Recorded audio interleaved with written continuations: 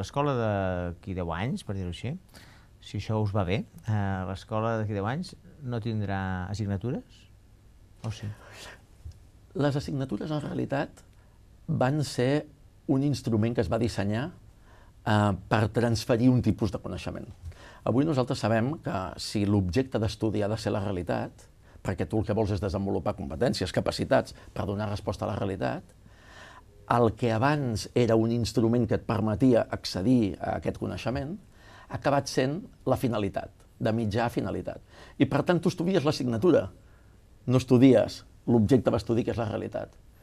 I al final et passa una mica el mateix amb els exàmens. Els exàmens de l'assignatura acaben sent una finalitat i no un mitjà.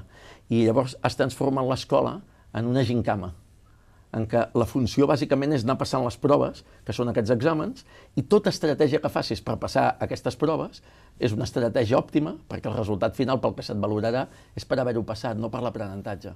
Per tant... O sigui que aprens més a passar exàmens que aprendre a pensar, per dir-ho així. Sí, amb una conversa que tenia amb estudiants d'un doble grau d'infantil i primària. Em deien, les nostres eines principals d'avaluació a la carrera és el treball i l'examen.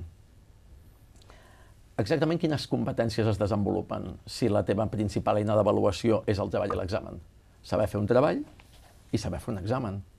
Però quan tu entres a l'aula com a mestre, quina és la principal competència que has de tenir?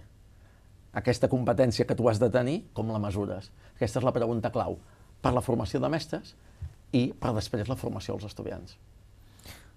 Per tant, he entès que m'ha respost que no ha de tenir assignatures aquesta escola. Jo crec que no ha de tenir assignatures. I exàmens? Depèn de què entenguis per exàmens. Si els exàmens són fonamentalment una manera de demostrar que tu has recordat una informació que pots trobar en un altre lloc, no tenen sentit. Però un tipus d'avaluació sí que hi ha de ser. Per suposat.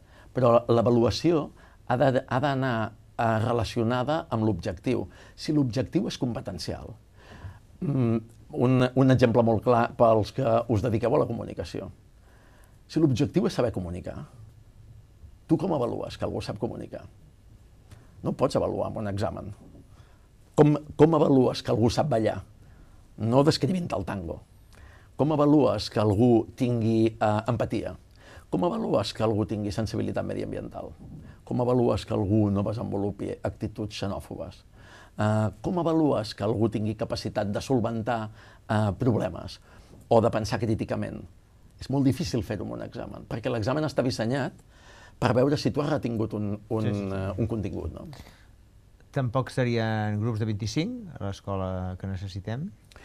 No t'ho sé dir. És possible que depengui de les metodologies i de les edats, perquè com més grans siguin els nois i noies, si veritablement es treballa de manera amb